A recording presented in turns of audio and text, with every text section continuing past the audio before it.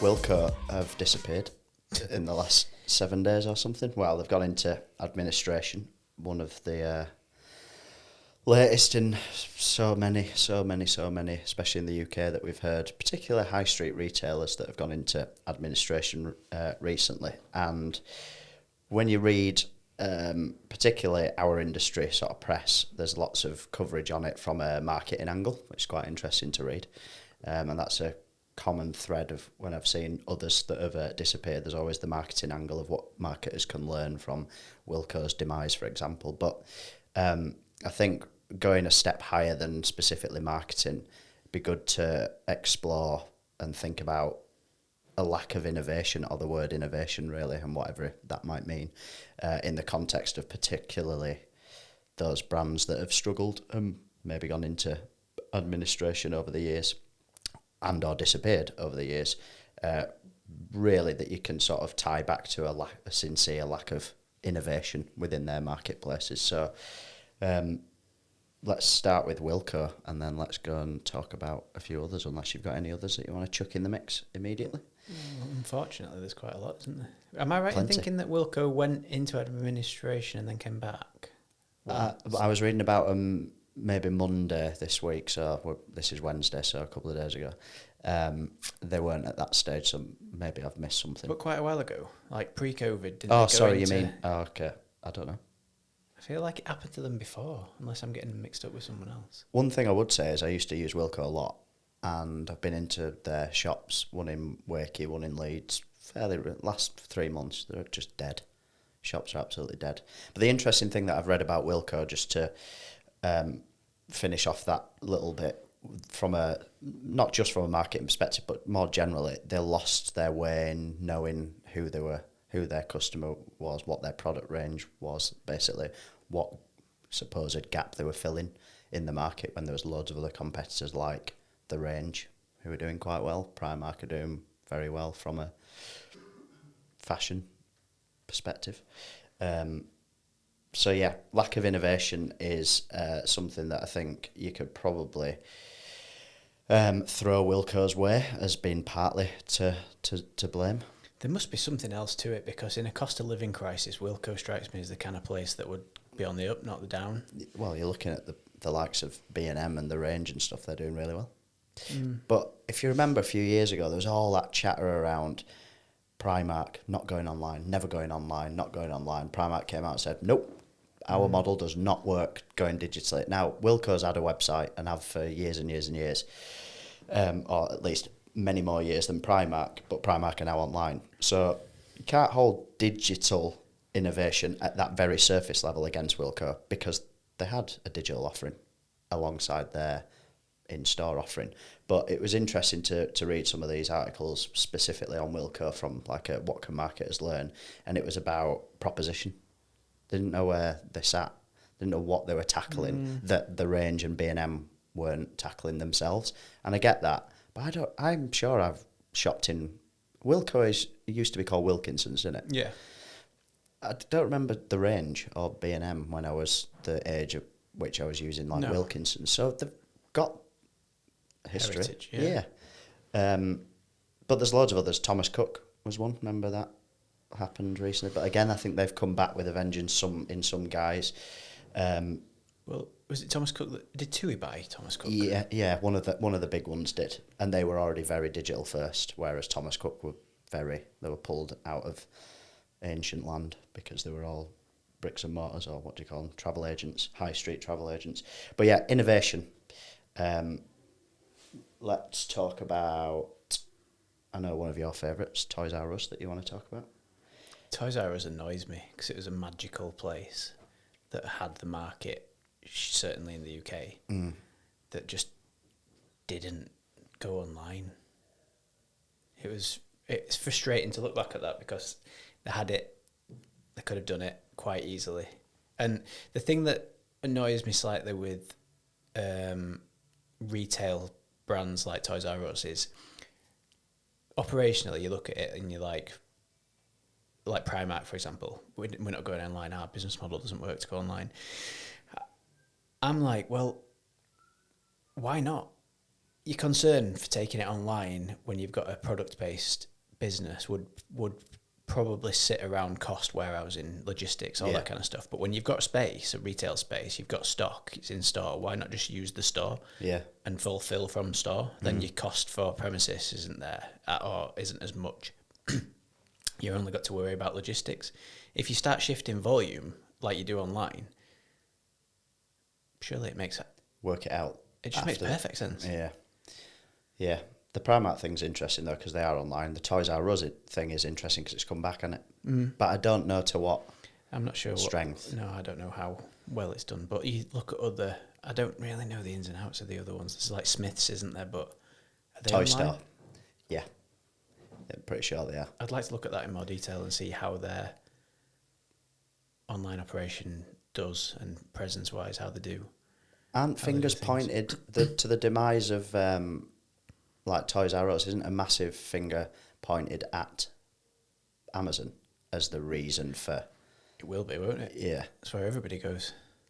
But to me, I know it's a slightly different model, but to me, you've got a digital offering staring you in the face there that is... It's so interesting to take what Toys R Us, where they were, then Amazon came and innovated e-com. Yeah. Like stock, low margins, next day delivery, like nailed it. Good site, works well, conversions, reliable delivery, everything, they got it right. People like Toys R Us didn't do anything, didn't go online, didn't try and compete, got blown out of water. And yet now what you're seeing is a influx of challenger e-com product-based brands that are launching on Shopify for low cost, figuring it out. People are now... I think Amazon's become that much of a commodity that people are almost finding it novel to wait 3 days for a product to come on Shopify. And the market now is shifting towards like more independence. Toys R Us launching a Shopify offering now, back then, would have probably worked. Yeah. It's interesting as well because obviously a lot of brands feel so obliged to sell direct to consumer but also get on Amazon. Which, you know, not going into the intricacies of that. Even that, Toys R Us, go on Amazon. Yeah. They've got the buying power, surely, to make the margins work. Well, how they were historically, I don't know what guys they've come back in. I don't know who they are now. I don't know. The brand obviously has been reborn, but it's not everywhere like it was. I doubt kids like when we were kids that we couldn't wait to go into a Toys R Us. Like, I don't think it was the one, wasn't it? It was like, get me in there. Yeah. Well, I used to love going to Wilkinson's. Cheap stuff. When I was a student as well, I'm pretty sure I went into Wilkinson's to get a load of shite, but it was dirt cheap. Wilkinson's a tricky one though, isn't it, when it comes to innovation, because you're basically a low margin, low cost. How do you then move online profitably? Because you're not likely to order the same things online that you would purchase in store. And I think impulse, because it's cheap, is probably a big factor in order value. When you're in store, you pick something up that you probably won't think of, and you won't go online and then think of ordering that. Yeah. But then you look at supermarkets who are now all delivering. You get the same sort of product set from Wilko's as you would from a supermarket, who have all moved online. So I don't know, maybe it would work. And it's, as I said, it was quite interesting reading a few bits and pieces that had directly put Wilko up against the likes of The Range and B&M. Well, they've got online offerings. Their product range differs slightly to in-store, like you're saying, but that's complementary. I think it's interesting that they're being compared to a Range and a B&M, though. Wilko? Yeah. I would put them more in, like, the pound stretcher, Poundland sort of regions. I think B&M are a bit more middle tier, aren't they? They sell, I mean, you can go in the Range now and get a outdoor furniture set that's $5,500. Yeah, and that's what the sort of stuff that they'd sell online. You won't find that in Wilko's, though. No.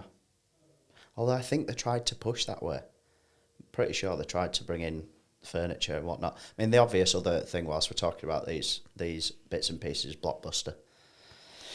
It's like the story in innovation or lack of Blockbuster versus Netflix. I mean, we're just having a fucking reminisce here. I used to love going to rent video, DVD, whatever it was, video games and stuff. And this was in a shop called Choices. I can't remember if Choices was a Choices was like an independent, wasn't it? yeah. And actually, Blockbuster, I don't even think I've ever stepped foot in a Blockbuster. So, so yeah, so over to you for that. But the Netflix, obviously, it's the Netflix story, innit? Blockbuster versus Netflix. Has Blockbuster come back or tried to come back? I think they're still someone's still running their social because they crop up every now and then. Is that like a parody? No, I think it is their account. But they take the piss out of themselves, from what I understand. Well, and what I've seen, which they can't really do much else, can they? It's a bit like Crocs. They do well to take the piss out of themselves. Yeah, but look how well they're doing. But yeah, they're doing well out of it. But yeah, anyway, sorry, going back to Blockbuster. Yeah, talk me through your experience. And is it like Toys R Us, similar? No, I think it's tough with Blockbuster because I think they thought that they had the market cornered, and they thought that the brand was probably overreached in their minds to what it actually did. With then, I think, perhaps immature technology.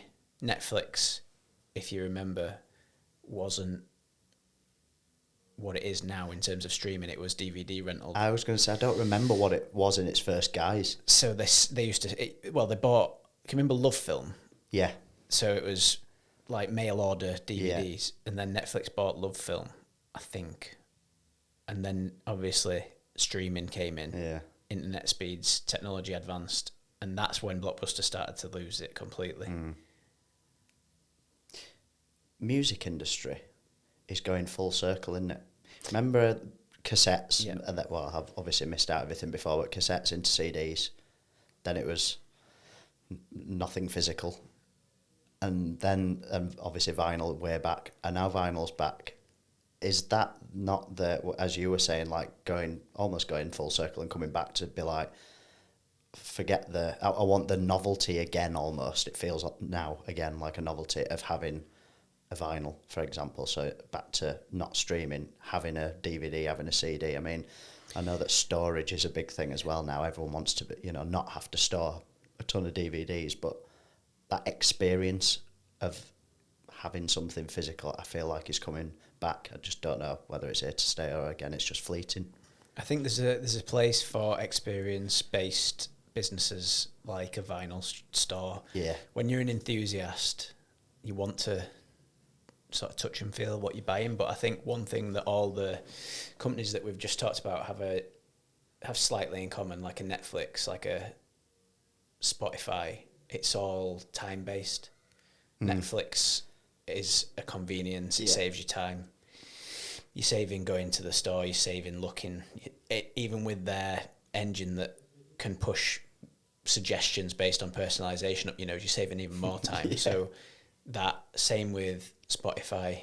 It's everywhere. It's in your pocket.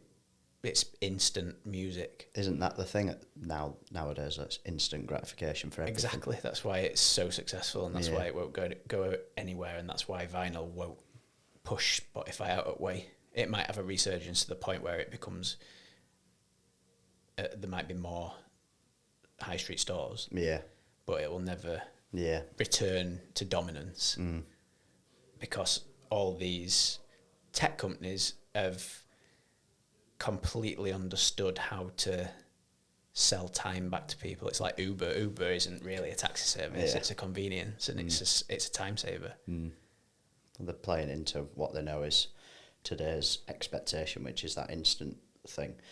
And on that same thread, in today's sort of world, from a general perspective, not thinking about any specific brands or industries, I mean, I might define innovation differently to you, differently to anyone, because it's quite a all-encompassing thing. But I think the common thread, there'll be many, but one common thread that jumps out in terms of how I could sort of define innovation, looking at the demise of some of these brands that we've talked about, is not being tuned into what the consumer, what the customer is sort of looking for and asking for, like basic being tuned in to stuff.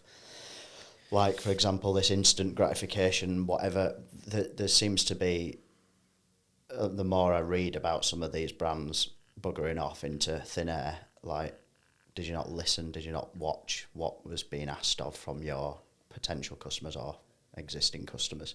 Like, that's got to be one thread of acknowledgement. It's three things. It's romance, ego, and arrogance. I think, yeah, the ego and arrogance thing, you can see it. I mean, Toys R Us, I think that loads of people were calling for them to go online. Primark was, but interestingly now they are online. So it would be quite good to have seen the progression of being a fly on a wall in those meetings about no, not digital at all. And then suddenly going for it. I think electric cars is a good example. Like Tesla innovated, and then all the big players took probably a couple of years to catch up in terms of putting out a fairly competitive like for like. But that's innovating. Yeah. Whereas a Blockbuster and a Netflix, for example, Blockbuster's just sort of sat there, haven't they? Yeah. They haven't gone out, they haven't even tried to compete. Do you think it sits at a brand level? iPhone. The arrogance thing. Yeah, 100%. Intrinsic. They think the arrogance is intrinsic to what they think as the perception of their value of their brand out in the wilderness. Yeah, I think so. And it, like I say, it's romance as well, isn't it? When something's done and you've owned the market and you're almost in love with that cycle of how your business operates, then it's sometimes a little bit difficult to rise above that and start to look at the market as a whole and see changes because you're just in your little bubble. AI, innovation at the moment. Yep. That's today's innovation. It's going to force a lot of change.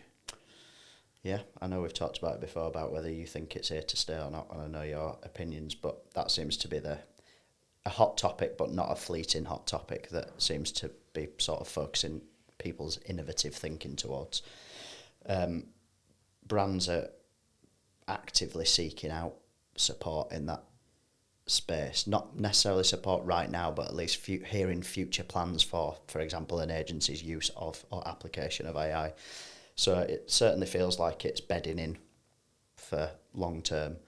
It'd be interesting to see how some of these brands get on the right side of AI and some that might just completely not, just be, turn a blind eye to it, see if they last. There'll be cases, there'll be cases of both. I think it comes back to what I've just said there about time.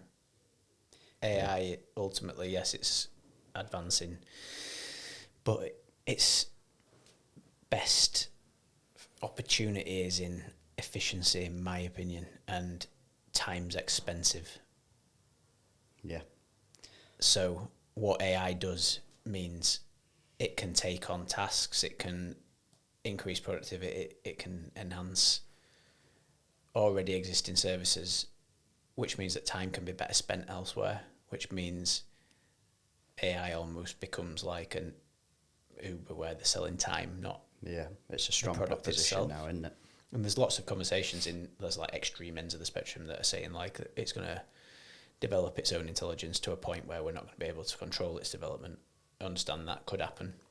Valid to think about. Yeah, could happen. And then there's the other end of the spectrum, and I read a title saying that a chap, I can't remember what his field of expertise is, but it seems like a very intelligent chap, labelled it as a glorified tape recorder. So there's people that have that opinion of it, and then there are people that have the opinion that it's going to do really good things. I like to think that as long as it's in the right hands, it does good things, but I don't know how it's going to be governed. No. Yeah. That's a conversation for another day. Should we do this or that? This or that, quickfire, go.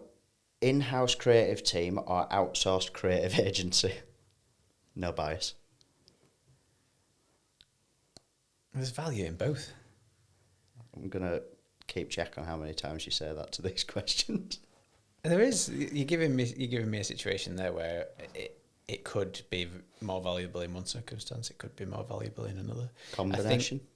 I think let me say this: the disadvantage with having an in-house team, unless you're absolutely vigilant as fuck, is keeping at the front edge of tech and having the opportunity to be immersed in an environment where it keeps you on your toes and constantly pushes for the best is more difficult to achieve in an in-house creative team. Do you think that's born out of, relative to an agency team, lack of differentiation in what you do and immersed in different pockets of whatever you do? Agencies are diverse by nature. They work with a plethora of clients in different sectors, so you're always having to... It's just the fibre of an agency is that you research and your curiosity takes you down these avenues that you won't get the opportunity to do in-house. Yeah. Curry or pizza? Fuck. Very, very important question.